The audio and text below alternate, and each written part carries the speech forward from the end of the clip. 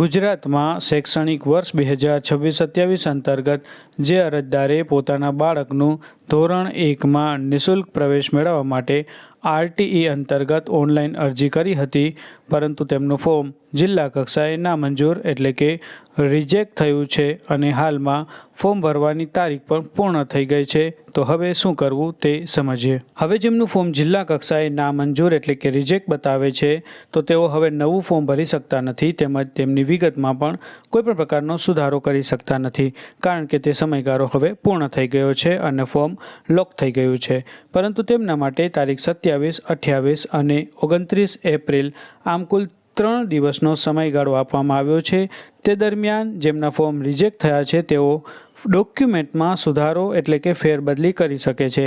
આ દિવસોમાં તમે હવે કોઈ વિગતમાં સુધારો કરી શકતા નથી, કોઈ શાળાની ફેરબદલી કરી શકતા નથી કે કેટેગરી પણ ફેરફાર કરી શકતા નથી. ફક્ત તમારે ડોક્યુમેન્ટ તમારે જે અપલોડ કરવા હોય, કોઈ ડિલીટ કરવા હોય તો તે તમે કરી શકો છો.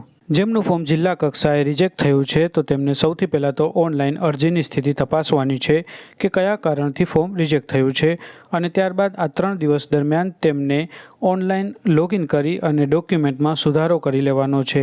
આ સુધારો ખૂબ જ કાળજીપૂર્વક કરશો અને ત્યારબાદ ફરીથી ફોર્મ કન્ફર્મ કરી લેવાનું રહેશે, અને ત્યારબાદ ફરીથી તમારા ફોર્મની જિલ્લા કક્ષાએથી ચકાસણી થશે, અને જો કોઈ ફોર્મ વ્યવસ્થિત હશે, જો ડોક્યુમેન્ટના લીધે થઈને રિજેક્ટ થયું હશે અને તમે તે વ્યવસ્થિત અપલોડ કર્યું હશે, તો તમારું ફોર્મ જિલ્લા કક્ષાએથી મંજૂર કરી લેવામાં આવશે, અને ત્યારબાદ તમામ મંજૂર થયેલા ફોર્મનો પ્રથમ રાઉન્ડ 4 મે 2026ના રોજ સવારના ડિક્લેર કરવામાં આવશે.